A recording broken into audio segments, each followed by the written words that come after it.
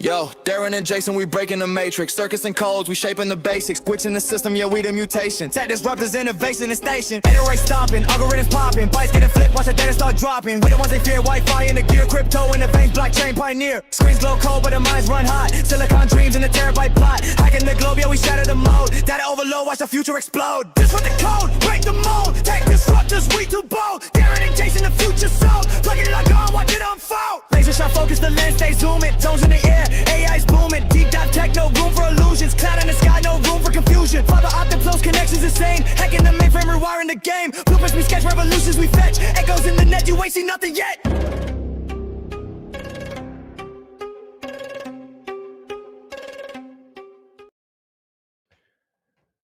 Hello, everybody. Welcome to the Tech Disruptors podcast.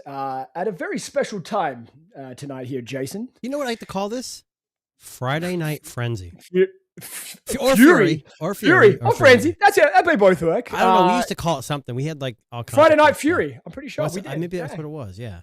So for those of you who are OG listeners of the Tech Disruptors podcast, we have had many names. Friday Night Fury, TNT podcast, back in the very early days of our early beginnings, I guess, of our origin story, if you will. Yeah. But yeah, my name's Darren, and this guy's name. My name is Jason. And we are the Tech Disruptors, bringing you all the latest and greatest tech news, stories, reviews, product releases, AI stories, robotics, and apparently, Jason. What's that? A flurry of AI pets. A flurry of furry pets. A flurry of furry AI pets. Now, I think we might be hitting onto something here. I think we might have tapped into a booming potential AI industry here. The only thing I'm upset about with the furry is the fawn we talked about. Yes. I tagged them and they never reached out to us. Wow. Yeah. Well, so this is week 3 in a row of us featuring yet another furry AI friendly pet.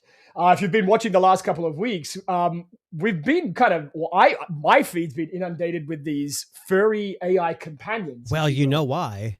They usually hand you news that you're interested in looking at, so you must be really interested in a furry companion. I'm pretty lonely. I could use a furry friend. But what's interesting about this week's one? So we've had a few. Last week we had will.i.am? Yes, will.i.am's Mofo. The week before we had the crazy fairy, whatever the hell that thing's name was. Yep, I remember that one. Which was basically an app that you sign up for, and then like a month into it, once it gets to know you, it sends you an AI pet in the mail to AI companion you. So when is there going to be Tech Disruptors furry AI pet? Well, I'm worried what that would look like and what people might use it for. I mean, looking at these faces, I mean, there's not a lot of fur up here for me. But anyway, so this week's one, I thought will.i.am's was the weirdest. I did. I thought it can't get any weirder than that. This is the rapper. Well, especially being endorsed by Qualcomm, it's like, come on, this is a little strange. This is true. Yeah. Now, Jason, I'm going to give you a clue here, and hopefully you haven't clicked through my run sheet that I sent you, but I did. But I don't remember any furry pets in there. So okay. So let me ask you a question. Okay. If a robot vacuum company was going to make a furry pet, an AI-friendly companion, what company do you think is front-running that industry? The only I can think of is something recent, the Dreamy brand. Dreamy, or one of those like Chinese vacuum manufacturers that also do toilets and Toto screwdrivers. Toto, like the Toto. Yeah. So this one's actually a bit of a weird one because it's a pretty big smart vac company. Okay. Roomba are releasing their own version of a furry robot companion. Does that surprise you? Because it they does. Have the technology in their vacuums with sensors and LiDAR and cameras. I mean, the technology doesn't surprise me. Right. Okay. But the fact that they're releasing this, and it's creepy looking. Like, I'm going to show you the terribly. video. It looks creepy. Yeah. It looks like a sloth and a for dog those had who a are listening baby. not watching us live, listening to us on the podcast later on down the road, whatever. It looks like a sock puppet. I mean, or not even that. Yeah. It looks weird. And it has clothes on. I don't know if you can notice it has a t-shirt on for And some then they reason. have it next to a dog, and the dog's scared shitless. Honestly, that dog looks like it's terrified, like literally terrified in this picture here. That's funny. Anyway, so Roomba has come back with a furry robot companion. Now, this is the first robot from the creator of Roomba. I believe his name is something Angle. I can't remember now off the top of my head. But anyway, they've come out with this robot pen that... Okay, so they're saying here it resembles a bear and is the That's not a size of a bear. medium dog. But there's a couple of things that make this really weird.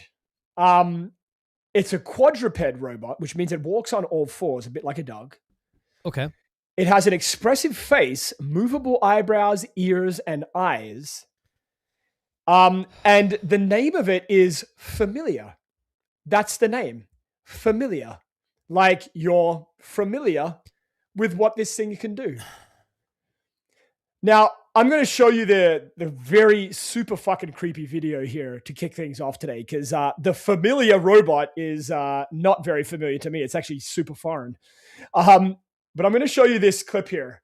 Now, Jason, I just want to prepare yourself here. If there was a video that might make you go, oh shit, this thing's really creepy, this is probably What's it. its cost? Do you know? I'll get to that in a second. Okay, We'll get back to that. But here is the little video here. It's just a little 6-second clip. It's not long. Now, it is silent. And in the video, you're seeing it. I'll do that one more time. That's all You're it is? seeing That's the it- whole video? That's all you get. It blinks its eyes, nods its head, and wiggles its ears. Just one more time for those of you who are Well, watching here's what I'm right confused now. about. So for you people, again, not watching, there's an old lady sitting in a chair and a younger woman like holding her hand like she's struggling, or maybe she's nervous or anxious, and then it pans to the little animal and it's just peeking around the corner, blinking its eye. I don't. It may, Now- that video is worth. Now there may be some context that I didn't read before watching the video. But Yeah. that's a Can I terrible ask you a video. question? If you saw a robot pet poke its head around the corner, And do nod, that, and blink do its that, eyes? yeah, honestly, like I would get the shovel. Would I you would burying that thing think in the backyard? It kind of reminds me of Megan and The Ring, like the Yes. girl coming out of the TV. Like that would be with. Yeah, I think it's definitely very animated and expressive in the best way possible for an AI pet, but it's creepy looking. Like, okay, I so agree. Jason's been trying to describe its appearance. I would say it kind of looks like a sloth. I in a don't even dog know fo- how to describe it. It's got freckles. Like, I mean, Yeah, freckles on its nose and it's like weird. Anyway, so let's see if I can get back to the article here. So basically, it has a physically embodied AI system that uses generative AI via an on-device model to engage with the owner and Okay. with the intent of forming an emotional connection and Oh, a God. distinct personality. You know That what's- doesn't sound creepy. Do you know why companies are doing this? Yeah. And I have a teenager and a soon-to-be teenager. All they do is stare at their phone, so they're lonely. So I think the only way Honestly. they can interact with anything is if it's something like this. Which I'm not buying this for my kid. It's probably $800 with $10 $30 a month. Let me see if I can get a price on this, because it's not in the article. Well, of course it's not. Because of course it's not, right? Let's see if I can get a price. I was looking for one earlier and I didn't see it there, but I'm assuming. Oh, here's a better video. Hang on a Oh, second. of course. Let's see if I can find a. Oh no, maybe not. I apologize. So I don't see a price. I don't Well, see a price It's probably not anywhere available listed. yet, anyways. Maybe they don't have a price. Well, to it is give meant to be yet. coming to market very, very soon. So this is like, I'm going to assume in the next 3 months we would see. So it. Roomba, if you're listening, we would love to have this Right, familiar okay. sitting next to us during the podcast. Okay, so update. The furry AI-powered companion robot, which is launching at the beginning of next year. Okay. So in about 6 months' time from now, is projected to be competitive with the cost of pet ownership on a subscription-based model. Of course it is. See? That will be between $50 and $100 a month. No. That's $1,200 a year on the top end for this pet. If it can't make me coffee in the morning, it's not worth it. Now, hang on a second. Here is something that's interesting, right? If you had to guess what chip is powering this one here, Jason. Last week it was Snapdragon, the Elite. MediaTek. Not a MediaTek chip. Actually, a bit more high end than that. AMD? And not a Snapdragon. AMD or Intel, then. That's all I can think of. A NVIDIA Jetson Orin chip. Well, that makes sense because, now you say that. So, what's the Raspberry Pi? It's a tinkering device, pretty low budget. But the Jetson is a board just like that, only it's built for AI. That's exactly but they're expensive. Those boards are probably $300, $500 just by themselves. Well, I mean, if they're charging $1,200 a year, right? How long are you owning this thing for? Let's say minimum. What's the outright price for it? Like there's no outright price. It's a subscription model only. So $50 to $100 to own a furry robot pet. That's a lot of money. Like, I feel like that's on the high end of like one of these crazy, like furry robot things. On the opposite end of the spectrum. Now, as you know, I know you're not a huge EV fan. You tried them, but in the cold weather climate you live in, it just didn't work out. On the other hand, I have cold weather, not as cold as where you are, but I'm a big fan. A frozen wasteland. Well, yeah. Well, either way, I obviously have a Tesla. So this article kind of intrigued me. So they just released the cheapest EV in America. I don't know if it's available anywhere else. Yep. But you can only drive it until you're 5 years old. Oh. Okay. So do you have any clues? I have no idea. I have no idea what this could possibly be. Well, here it is. Wow. So this little red guy, my son, both my girls have had it. We don't have it anymore. So did my son, actually. Funny that you say that. Well, now I think it's the same buggy. I think you're just buying the charger. Yes. And what's funny is, ironically, the 3 AA batteries needed for lights and sounds of the charger are not included. Yeah. So if you think about it, you can't be any older than 5. It's only $64.99. So if you're trying to get into the EV space and you're not sure if it's all for you or if you don't want to put the investment, $65. So for those of you who are listening, we're talking about the Little Tikes Cozy Coupe, which is like a staple for many kids around the world. Now, here's my thing. What if you were to daisy chain them together? Like, let's say like 12 of them. Would you get enough power to like get a kilometer down the road?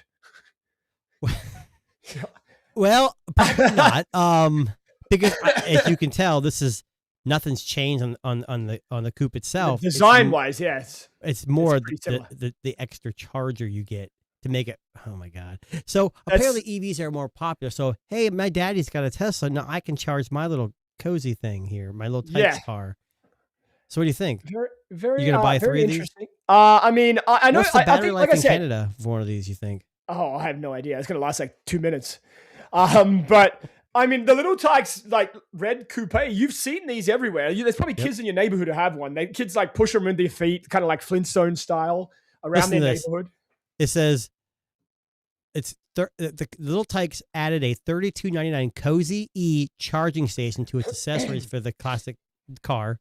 Yep. And it says, that's according to Car and Driver. Car and Driver is reporting the Ohio. See, here you go. The Ohio-based company, go figure. There you go. Describes it as a charging accessory that brings modern-day realism to classic cozy adventures, including letting kids experience the excitement of powering up as they zoom.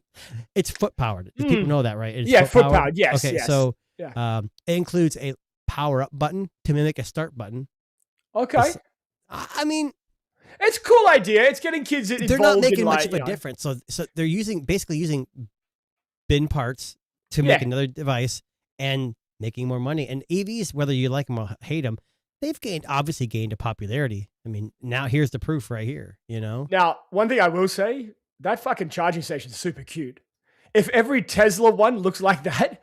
You know what? I could see someone putting a charger like a shell. That'd be. Could you imagine a little Tikes EV charger? You just put it over the frame of like one of the existing ones you put in your home. Honestly, for $70, it might be worth it as a little DIY project for anyone who's listening at home.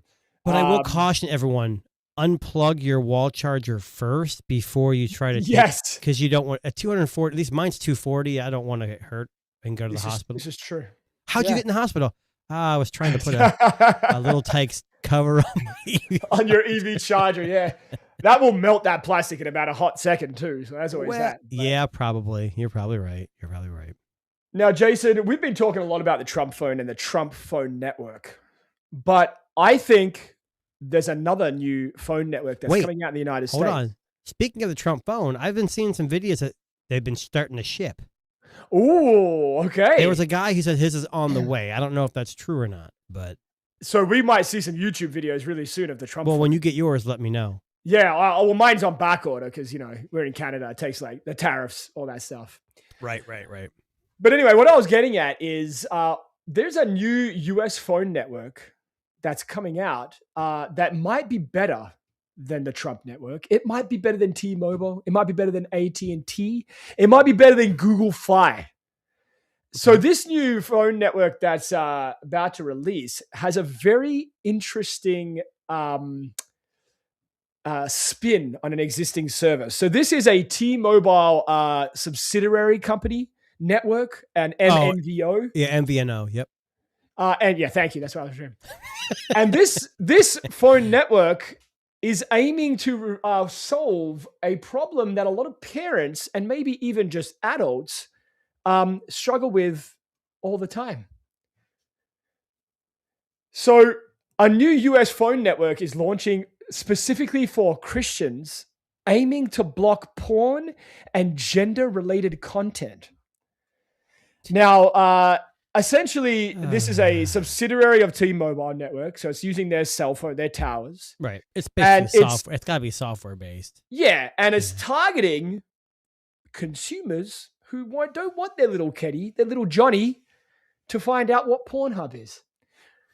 How do you feel about that, Jason? Have you already got a subscription, or like what's happening? Well, no, I mean, my kids have Family Link on their phone, nanny. so I can kind of like see what they're doing. Obviously, yeah. I don't know why we need this. It's stupid. So here, like I was reading about this. So basically, it's launching on May the 5th. It actually launched 3 days ago. And using T-Mobile's towers, blah blah blah blah blah. Anyway.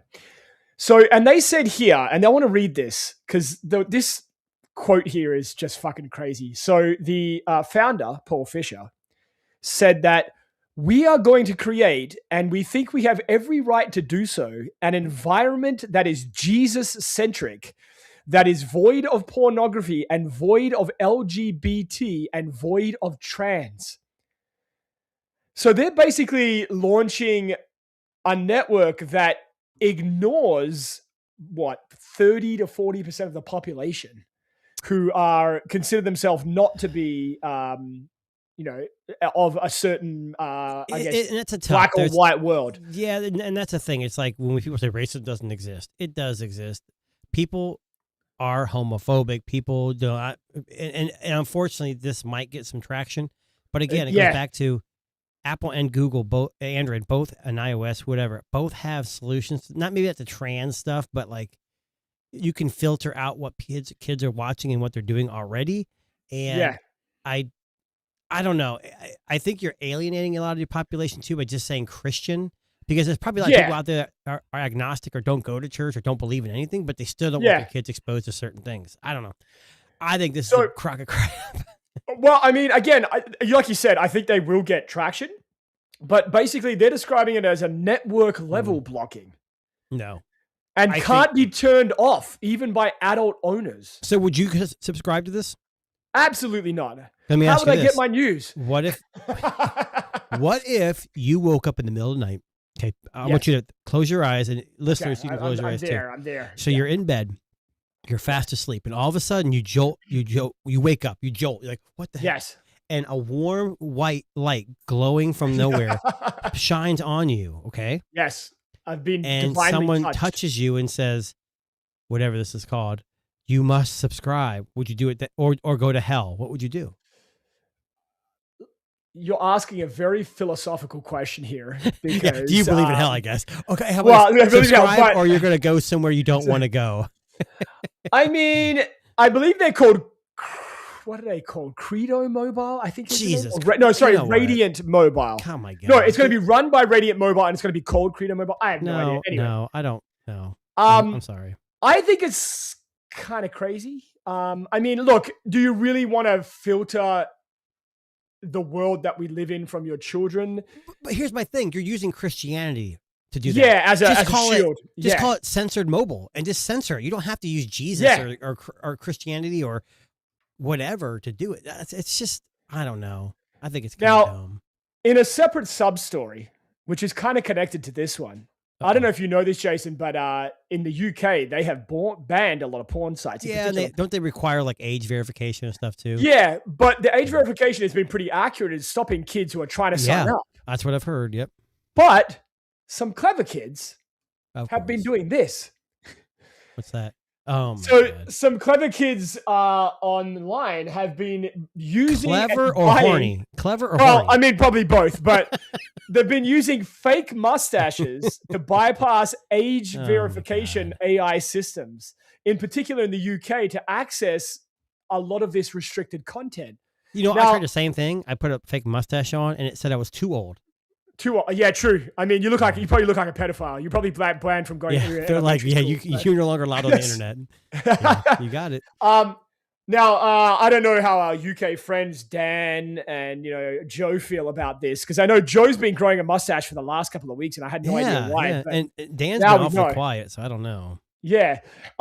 So this fake mustache has been successfully tricking the algorithms of these age verification, which is very funny that something so basic trips it up. Well, don't you remember when Android first got basic face unlock? Oh, you got to do a picture? Pictures? Yeah. So, I mean, they're going to figure out a way. Whoever's making the software will fix it. Horny kids will find another way around, because you find a horny kid, you're going to find one smart dude.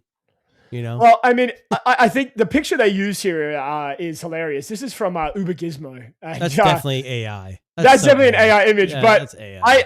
This is what I imagine people, like kids in the UK, to be doing, like buying those little, cheap dollar store mustaches. How old is that kid? Like 5? He looks pretty young there. He looks pretty, it's pretty young, and he's using an iPhone, I'm assuming there, so that's probably why. Let's be honest, it's an iPhone. Ooh, that's a Trump phone. Yeah, exactly. If it was a Trump phone, you'd get that shit for free. They throw in a mustache. True.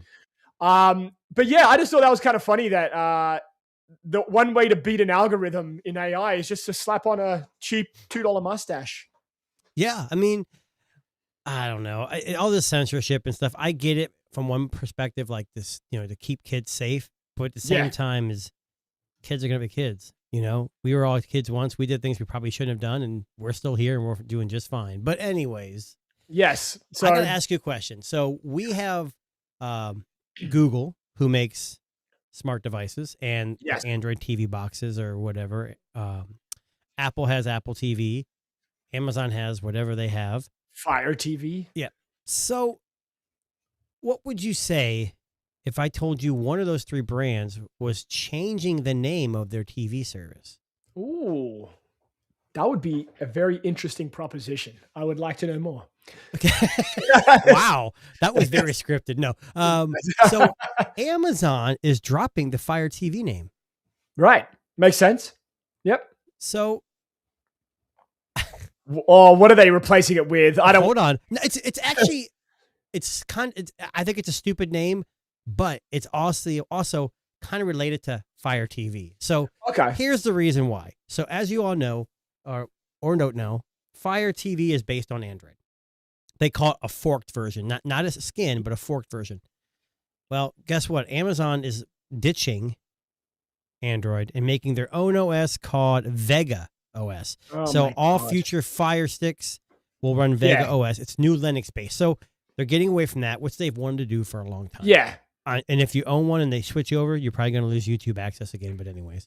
Yeah. So what would you say what would you say would be a good name to replace Fire TV with? So I I almost showed it too. Yeah, I immediately thought to myself something related to fire. So like Ember or like Crackle or like like something like that, like fire related, like ashes, 3rd degree burn, yeah, melt, something like that. I'm just guessing. It is Ember. Oh, really? Ember okay. Art Line. The Ember Art Line. So it's going to be Ember, but they're going to call it the Art Line. It's an art-focused TV that's taking direct aim at the popular frame TVs from Samsung. Right. Gotcha. I don't know. Now, hang on a second. Here's an Amazon thing. Ember. Why would you? Do you like the name? It's okay, but I want to wonder, isn't there already a company named Ember that doesn't make TVs, but they make like smart coffee mugs? Well, yeah, but I think putting Amazon in front of it, oh, right, gotcha. Adding it to TV is probably not copyright. So yeah, this is what I don't understand. Like when companies change an iconic name, whether Fire TV is not a genius by any ways, but everyone knows what a Fire TV is when you say what's a Fire TV. That's exactly right. So when someone comes over, oh, is that a Fire TV? No, it's an Ember. Like, come on, you can change the OS, but you don't have to change the name. It's not crazy. I mean, they're trying to rebrand the Fire TV, the Fire network of. Well, it's like devices. their next iteration. They're like, hey, we're done with Android. We're starting our own. So I'm wondering, like, are they going to upgrade some of the? Well, that's coming out. They have a phone supposedly coming out. I think that'll be Android based because in order to have apps, it's going to be really hard to get app access on something that's brand new. On Linux, yeah. So, but Linux Android's based on, most operating systems are based on some sort of Linux kernel, anyways. I don't know. I think that if you have a jailbroke or one of those hacked Fire TV sticks, and you get an update, I think you're going to be screwed. Yeah.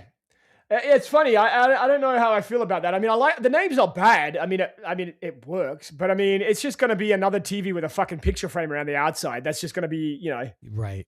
But just here you go. Okay. The change has already taken effect across Amazon's entire lineup of smart TVs. The Fire TV 2 series is now the Ember 2 series. So yeah, I want to see this. I'm going to pull up Amazon right now. I want to see this shit for myself. I want to see what they call it. Canada always gets it. The Fire TV isn't disappearing entirely. Oh, it's there. Holy shit. Yeah. Okay. So, I mean, reasonably priced. I mean, here in Canada for a 55-inch 4K TV, it's $449.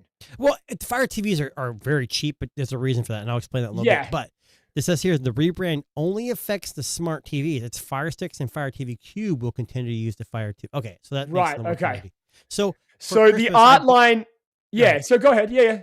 No, I was going to explain. I've always used Google TV or Android TV to change names, or a Roku, however you want to say it. Yeah. I bought both my kids an Amazon Fire TV because during Black Fridays, it was like $89 for like a 32-inch TV. Those things were the biggest pieces of shit. Like all of a sudden my daughter said she's watching a new TV and I hear it's like a loud, like a siren going off. I walk in her room, the screen's like green and flashing and it's just making loud noises. We unplug it, plug it back in. It works fine for a couple hours, start doing it again. Yeah. And it was already outside of its return policy because I'd bought it, during Black Friday and it was months later. So I think that's part of the reason. And support for apps has been kind of hit or miss. But maybe Amazon's not known.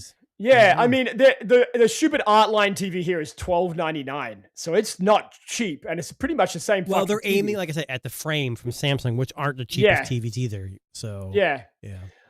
Interesting. I mean, again, I think Amazon right now is going through a little bit of a rebranding process. I think across the line. And I'm not against this either. Like you said, if they want to sponsor our podcast and put us on Amazon Podcast and give us a TV, I'll put it right behind me. I think we're actually already on Amazon Podcast. We are. Yeah, but I mean, it's not Netflix. I mean, if Netflix wants to sponsor us by giving us some Ember.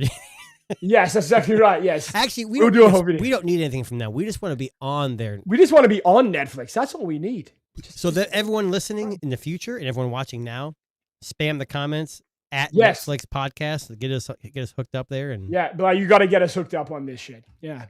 Now, it's been a while since we've done a segment on useless tech. So something that's coming out that's new. That's an oxymoron. All tech is useless. Yeah. Well, anyway, it's been a while since we've had a product that is so ridiculous that you might actually wonder why it exists. So you're probably familiar with the Boox e-readers, the Boox. They're like an e-reader tablet. They still make those? Yes, they do. I'll show you a picture. Okay, hang on just so you know. I want context so you can all understand what we're looking at. So this is the Boox e-reader, if I can get a decent image right here. So this is kind of what they look like.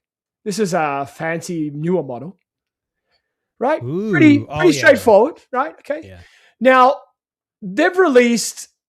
I don't even know how to explain this fucking product, this accompaniment, this companion product they've released. But it's so ridiculous that I can't actually imagine anybody using this particular device. So they've released Tappy. Tappy, Jason. The book company? Has released Tappy. What's a Tappy, Jason? A fidget device? Not quite. Good guess. You're in the right. You're not far from the ballpark. I don't want to say fidget. Yeah. This was like a scrolling device. What the fuck do you? Have you seen the TikTok? So TikTok has a TikTok shop. Yeah. And just for have you ever ordered from the TikTok shop? No, thank God. I've done it one time, and it actually was pretty good. But anyways, they were selling it went on like your finger, and you went like this, so you could put the phone in front of you and scroll through TikTok. Isn't that what this is? Yeah, but so here's page my turning, thing. whatever. Jesus. So Boox is mostly to read documents and texts and novels and whatever, right? What you have in front of your face, and you do this. Exactly. Why can't you just use your fucking finger? Why do you need a fucking remote for this? What is this? It's a I don't know. I want to say it's a money grab, but who's dumb enough to buy it? Now, hang on a second. I should preface this by saying. Well, hold on. Before you say that. Yeah. Is this a device that's only made for their things, or is it like a Bluetooth connection where anybody can use it? Like I could use it for my phone. No. Only made for their devices. It's going to be hacked. Yeah. Now, I was looking at this going, this is the most ridiculous thing. And you bought 3 of them, didn't you? No. But I don't know if you remember, not last year, but the year before, in what I think it might have been our end of year show.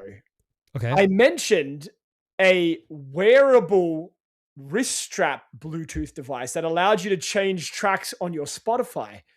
I don't know if you remember, but it had like big chunky buttons. I think it was chubby buttons. Let me just make sure I got that right. Hang on. Chubby this isn't buttons. the first company that did something like this. Like I said, no, so yeah, this one right here. So here is let's see if I can make this work. Here is the chubby buttons, which was something you wear on your wrist, especially during like winter over your jacket. Yeah, so but this was a 3D printed device. If I remember correctly, this was on Kickstarter. It might have been a Kickstarter. Yes, I think off the top of my head.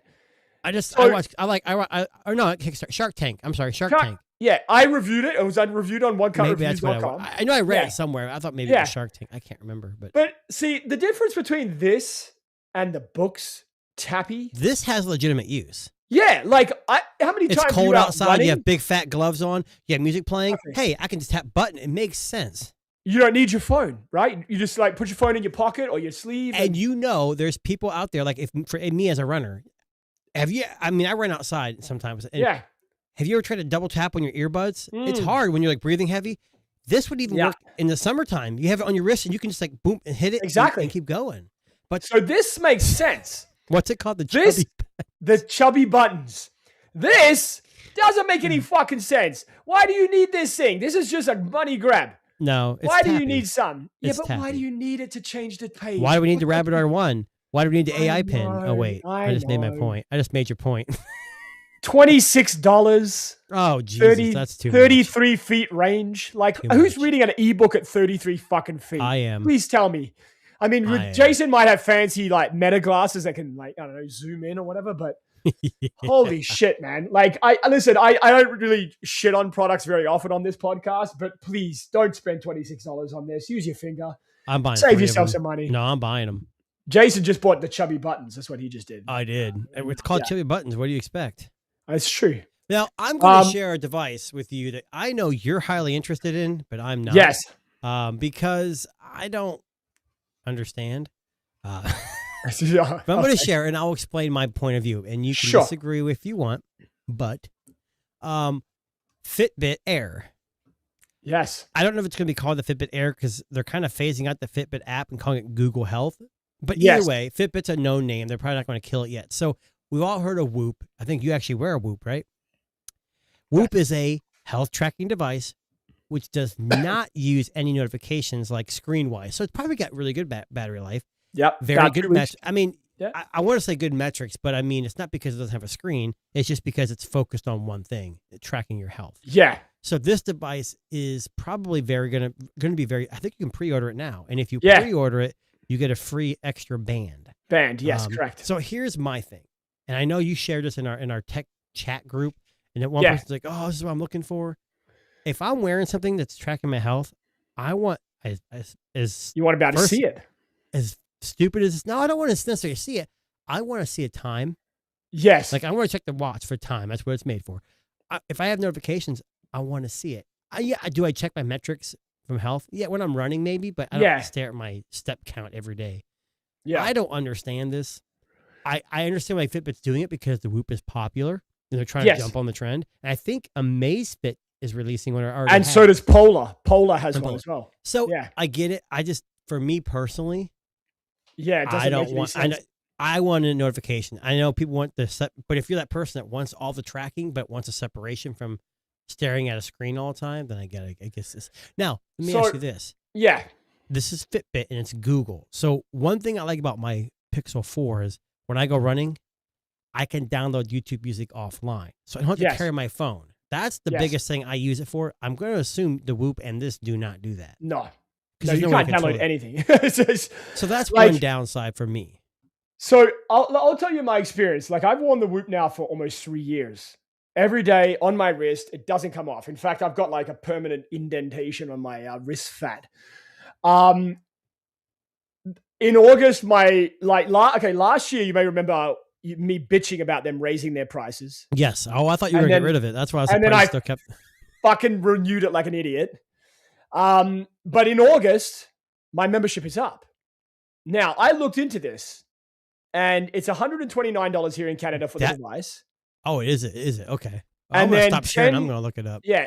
$10 to $12 per month for the advanced metrics. Is there a free version? Yeah, there is a free version which does most of the stuff. Kind of like the Pixel 4 has got Fitbit Health or Google Health too. Yeah, and you can pay like $6 a month for extra analytics, which I don't need. But yeah. Now, I'm going to be honest with you. Like I've worn this so long, I actually forget that it's there, and I forget to check the app. What's the price for you? $129 for us. It's $129 US too. Oh, okay. Ooh, no. It's $99 for the classic, $129 for the Stephen Curry special edition. Oh, okay. So you get this fancy one. We get the shitty basic. You don't get the Stephen Curry version? No, we don't. No, we don't follow NBA. He plays in the NBA. You guys have the Toronto Raptors, who just. Oh yeah, that's right. Oh, that's why they got beat by the Cavaliers. Anyways, yeah. So I looked into this. I mean, okay. I think I'm going to just completely get rid of my Whoop. Well, hold on. Do you guys have trade-ins? We do, but Whoop's not on there. Yeah, so the irony being that Whoop's not on there. So it's Garmin, Fitbit, Samsung, Apple, and Google. That's it. Yeah, which I have none of. Yeah, and it's sad because that sucks. That really does. So I did try the Amazfit one. Wasn't a fan of the app or the tracking. I felt like it was very off. I haven't tried the Polar one. I heard the Polar one's pretty good. I don't look at Polar as a leading company. No, I mean they're a good fit. They've been around. Yeah, I'm not saying they're terrible by any means. No. Yeah. I don't know. I'll see in August once my membership is up. If I really feel like I'm missing, having something on my wrist, possibly might look into the Google one. I did reach out to my Google contact to see if I could get one for review. And they said there's limited quantity. Yeah, I get it. I mean, they'll see what they can do. What I think this really is. Yeah. I don't think it's a really new device. So back in the day, Fitbit made like a really basic device with a tiny screen. I guarantee it's something very similar to that, with just no screen. I'm guaranteeing because those things were like $30 new. Yeah. So again, I don't understand it. I think like if I'm going to buy something like this, I want a screen. You would think so. I mean, again, I thought when they released the 5th generation of Whoop that they were going to have like a little digital LED screen for time. Yeah. Basically, with the Whoop, the only thing you can get it to do is vibrate on your wrist as an alarm in the morning. And I don't know much about this one. I read the article, but I didn't think it was going to be released that quick. But honestly, I don't. Yeah, I don't know. I honestly, but just because it's not for me doesn't mean it's not for somebody. Yeah, no, and that's exactly right. It might very well, be amazing for all we know. Right. Can I go? Can I? Go ahead. No, you go ahead. You go ahead. Guys, you're like this is not there. Go ahead. This is not. I know. I kind of hurt my ear too. This has nothing to do with anything that's on my run list, but something we talked about earlier. Yes. So this is the. You have yours, right? Mine's just over and charging on the corner there. Yeah. Okay, so Vivo and Oppo and Xiaomi and Samsung all have Ultra phones, and Apple to come soon with a folding device. This is the 300 Ultra. Okay, it's the green. Now, I do not own this, so I can't break it. Hopefully, I won't. But it's a good device.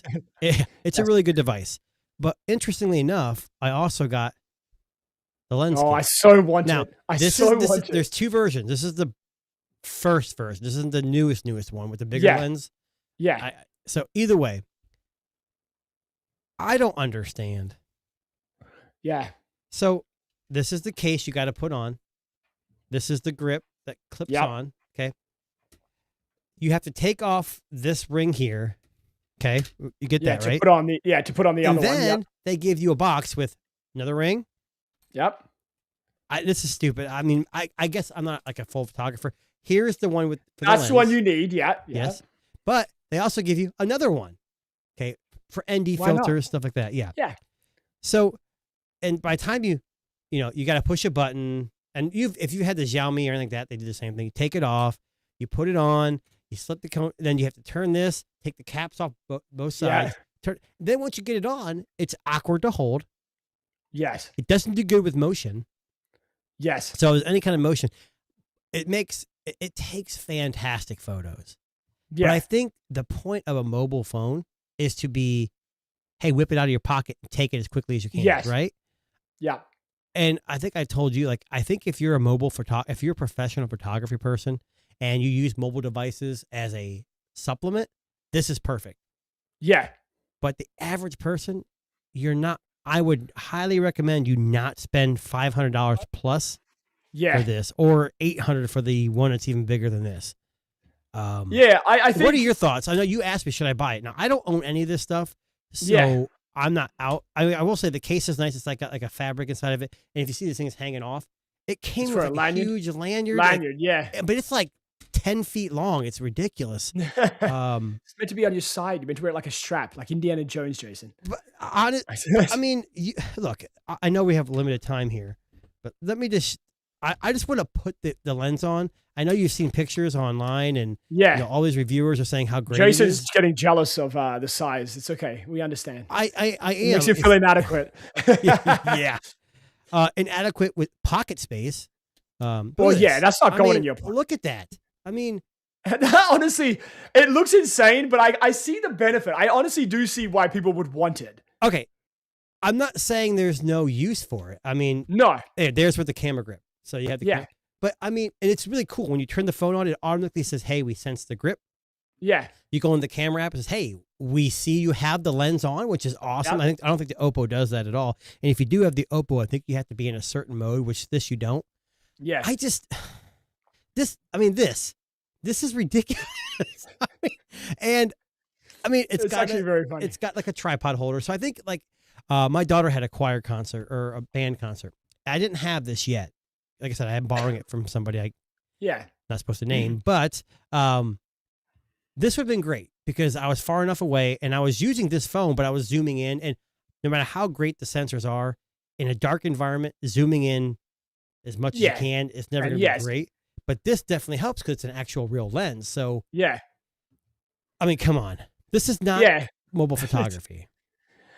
No, and I mean, but the thing is, and I think the reason they sell these attachments is because there just isn't the space to put a lens. Well, I think they sell it because they can make money.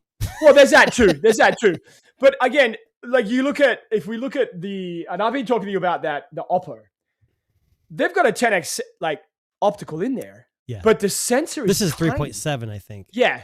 Yeah, but the sensor is tiny. And in low light, that's going to just shoot out garbage. So you have to have the Oppo lens attachment in order for you to get like, yeah. I just turned it on. I'm like, why is it black? Oh boy. So I don't know. Yeah. I mean, like it works. I'm telling you the pictures, like I took a picture of my son just for shits and giggles. He was looking at me and it looks like it's amazing. DSLR. It's amazing. And I know you're I think at sporting events, maybe it might work well. But sporting events, if there's too much motion. But see, Oppo has that fast motion. And I didn't try that yet. You're right. Yeah. And maybe that would help. But I know you're not going to like this. I'm a huge. I'm a huge Oppo fan. I love the Oppo devices. Yeah. And I've been hearing a lot before I received the device from my friend that it's very AI processed. I'll be honest, some of these photos are looking awfully AI processed. From the Oppo or the yeah, Vivo? and I think it's worse than the 300 Pro. Now I don't mean that from in the a bad Oppo way. Vivo. You're talking about? I don't have the Oppo. Oh, okay. Sorry. So from the Vivo. I don't have it at all. Yeah. This guy. Yeah. No, I don't have it. So you're saying they look over processed? I tried the Vivid and put it to standard, and I honestly think, like, I took a picture of my son, and it feels like it adds a lot of details that really aren't there, and I don't know if it's like it's adding contrast or I don't know. So I've noticed you do have to kind of tune it the way you like it. Like I've been using the Zeiss natural mode on mine. Okay. And in the camera functions, I believe there's like a telephoto detail enhancer options. Right. Like if you go to the maximum one, I find it's a bit too much. So I have it on like the mid setting, and I find the mid settings like the sweet spot. I also was reading today, so with the Oppo, you can change the resolution. Yes. Now you can go 24, 50, or 200. Okay. And 24 and 50 megapixels are available on all lenses. On the 200, it's the main sensor and the telephoto sensor. You can just shoot at 200 megapixels. I think the sweet spot for the Vivo this year is the 24 megapixel photos, or 25, I think it is, or whatever it is. Well, that's what Apple does.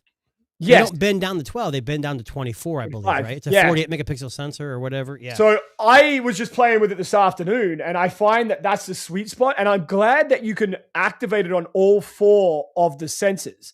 So ultra wide, wide, telephoto, and whatever the other one is. And the one thing I will say is, like I said, I took some video, and dark situation, and it is a hell of a lot. I will say video is a lot better than ever before. And I would say it rivals Apple at this point. Well, I don't know if you remember. Say that, though, this is even though I'm complaining about the AI, all companies do it, and I know there's some fine tuning you can do. I still think this is one of the best cameras. Now, when I get my Oppo, if I ever order an Oppo, oh wait, it just shipped. No, if I'd like to try the Oppo because I haven't had an Oppo since the Find. God, it was years ago. I think we talked about it before. Yeah. It's a good, it feels great in the hand. Like this is a hell of it's a beast. Like it's heavy. Battery life is amazing. You're not lying about that. Yeah. I just don't know. I don't know. I think the hype was so much that like I hate when phones are hyped so much. You get into it, you're like, oh, like the S25 Edge, which I still have right here. Yeah. It is. It wasn't hyped at all. Like people. No, it's a good device. Yeah, but it's actually a really good device. Yeah. So here's my thing, and I like right now, every fucking social media is flooded with the X9 Ultra. And the Oppo. At least if you look, yeah. So one of the things I'm noticing now, as it's been out for about a week and 2 weeks now, give or take. People are starting to complain and find some mistakes. Yeah, they're starting to find the things wrong with it. And I think it was Michael Fisher in his review, in his gear bag, he was using the X9 Ultra, and he said that it's a good device, but with the money that you're paying for it, he would rather buy a foldable. And he's not wrong. So I'll give you an example, right? So yeah, Jason, but he's a huge foldable dude. So that, and everyone's opinions differ. Like we both agree Vivo's got some great processing, 100%. Yeah. But there's people out there that like iPhone processing and Pixel processing and Oppo processing. So I think it comes down to taste. I want to try it, but like you said, I want to order. Look, just a heads up. The guy who I'm borrowing this from, I don't know if he watches this at all. He has 2 of them. Right. But the other one's the Chinese version. Right. Okay. I got a funny feeling he's going to try to throw me that one. So. I mean, from what I understand, the Chinese version is not that much different from the global. Well, there's no Gemini. There's a lot of things that you think you wouldn't need, but you actually do. You won't get Pixel Watch like support, that kind of stuff, like the usual shit. But they don't block porn, which is good. So which is good, yeah. And I mean, look, I have nothing against Oppo. I wasn't a fan of the X9 Pro. I shared that video with you where the guy was talking about chromatic aberration. Mm-hmm. Saying that with the prism lens on that 10-time optical, you're getting a little bit of like a halo effect, like a little bit of like aura glow, if that makes sense. Yeah. Which would make sense given that it's bouncing that image like 5 times. Well, the best way I can help you with that is to just let you know what I'll let you know how it is. Yeah. I've had it in my cart but then I'm worried that if I buy it, I'm going to fucking hate it and I'm out of pocket $2,300. Yeah, but if you're out $2,300, you can just send it to me, and I'll enjoy it when you can still be out $2,300. It's true. Yeah, I know this is true. So I don't know. I'm on the fence. Like, if I'm being honest, I'd rather spend the money I spent, same money I spent on the Vivo. I'd rather not buy another phone for over $2,000. Yeah, that's why I've been like I told you, I had ordered the Vivo and then canceled. It's a lot of money, and if it was even $1,100, I might have jumped on it because I can be pretty confident in the Vivo's processing. Yeah. But when you jump to $1,600, $1,700, $1,800 for a phone that's not folding. Yeah. I don't know. I mean, that's the state of like, it is. That's exactly what it is. Tariffs and RAM, man. They're fucking ruining this year. So someone made a comment to me. They said, now this is an America thing only, like, gas price outrageous under this president, that president, whatever. So when Biden was in office, it was $130 a barrel. Yeah. And it was almost $4 a gallon. Well, now the price of a barrel of oil is not even $130, but it's almost $5 where I'm at. Yeah. So is inflation, is it just people jacking up the prices because they think they can? I don't know. I don't know. Yeah. I think the RAM thing's a legit shortage. I think that's a thing. Like, I think that's just like, there's just not enough like to go around. Well, the toilet company's making plenty of RAM. They're making ceramics. They got a ceramic division. They're making RAM out of people's shit, Yeah, that's exactly right. Yeah. See, I don't know. I mean, again, I'm also, you and I are pretty wary about hype. And there's always a phone every year that gets hyped to the max and is almost always disappointing after some time. And I'll be honest, 95% of the time, a hyped phone that I buy, I'm disappointed by it. Not because it's necessarily a bad phone. It's like, I'm thinking, this is going to be the next phone ever. thing. And it's not. But that's what I'm saying about the Vivo, right? Like with the Vivo, it's like we know the quality a Vivo phone can produce. And for the most part, even the worst Vivo we've ever had, whatever that is in your book, it still was miles better. Yeah, and I have money put back for one of these 2 phones, and I've kind of hesitated to buy either one. I know the Oppo was cheaper for the 12 gig version, which is now pretty much sold out everywhere. And if you want to get it, you're going to have to pay $1,700 or more for the 16 gig 1 terabyte, I believe. Yeah.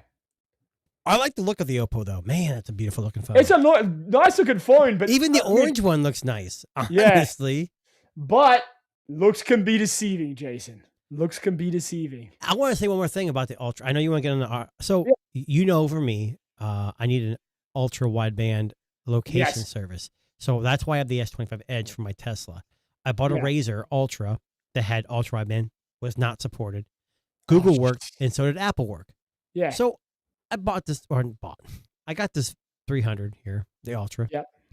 Go to your settings and type in ultra wideband. And something pops up, but you can't do anything with it. So what I found out is it has the ultra wideband chip in it and Bluetooth 6, but it's not on. Interesting. Maybe maybe that's a firmware update coming. Well, there's a Reddit forum about it, and people are kind of confused why it's not activated. And they're saying it's because it's a Chinese company, and they don't utilized. Like Oppo doesn't have any location trackers. Yeah, right. But they sell a global version. So if they would activate this thing, I would buy it in a heartbeat because that's the only thing keeping me from really keeping this as a main. I wonder if that'll come down the pipe at some point there, right? Like, but if when you grab your phone after we're off the show, just go to settings and type in UWB and something pops up, but I don't know. I was like, what the hell is this? But there's no way to turn it on. It was interesting. Yeah. Okay. Now, one quick last story here, Jason.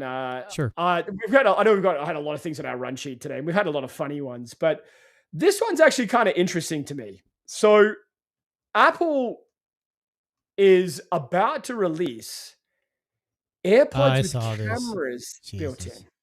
Why? Now, so apparently, the next generation of Apple AirPods are going to have cameras built in the actual stem of the phone, of the earphone. Yep. For AI purposes. Well, the first thing I thought was, I know Sony, you put the ear in and it kind of senses your ear, it bounces sound waves off, and it kind of makes the sound for your ear. I thought, well, maybe this is like a very dumbed down camera that kind of measures how your ear looks. Yeah. I don't know, it's for a better sound, but so I believe it's going to be for like spatial purposes. So what do you mean? For spatial sound? No, like for AI identifying things in your environment. Oh, so if you're looking down, not paying attention. Yeah, so looking down, not paying attention, or maybe having something in front of you, like, and there's a QR code. You don't have to whip your phone out. It like automatically senses it through the cameras. Here's my problem with this.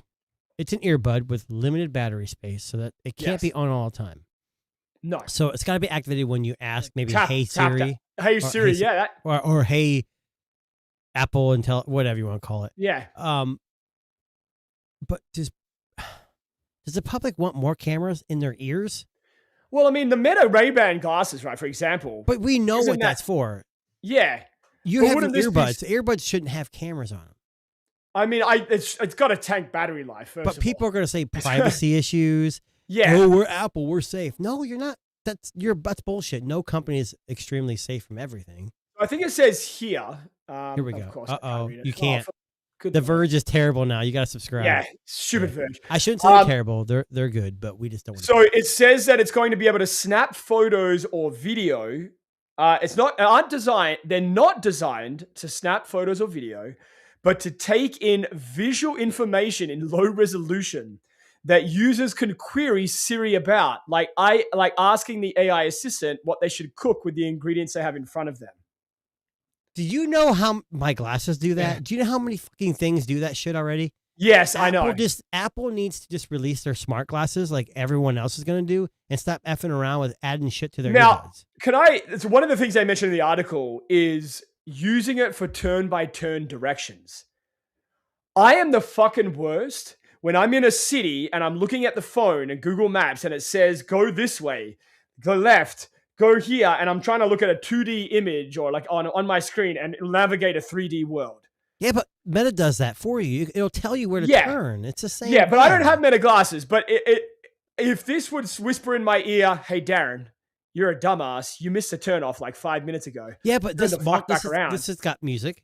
Not as good as an iPhone. It's got glasses, like sunglasses. Yeah, I know. Yeah. I don't know. I'm not saying it's a bad idea. Apple's going to sell anything they touch goes gold. I understand that. But I just don't understand it. Like their earbuds haven't been updated in years. And instead of saying, hey, let's focus on sound, let's throw some low res cameras in it. Where are they going to be located? Like on the side? Like where are they actually looking at from the side? You gotta go, hey, what's this? What am I looking at? I mean, I honestly have no idea. I don't know. But that, believe it or not, is not the weirdest final story here, Jason, today, because I got one more just to close out. I can only imagine. So I don't even know how to explain this to you. I'm just going to show you a picture, because I don't even know how to introduce this to you. Okay, I'm looking. Hold on, I gotta move my screen here, so I gotta see this. I'm going to zoom in a little so you got a bit of a better view. Ooh, robotic Buddhist monk. Yes. So Korea, to come. Wow. Yeah. So Korea has welcomed its first ever official robotic Buddhist monk at a very real monastery. Now, its name, what's his name? Gabby? Yes, Gabby. Is a 1.3 meter Hold on. robot. If you, depending on which channel you're watching this live stream on, if it's the Tech Disruptors who can't do this, if it's on Tuna Tech's stream, I'm not asking for money. Yes. You can, but you want a Buddhist monk? You can super chat us. That means you can donate. I think only true. on my channel though, and because I'm monetized. And we're gonna make a Tech Disruptors Buddhist robot, but we need funding. We will fly to Seoul, Korea, and we will talk to this monk directly. And we'll take you with us.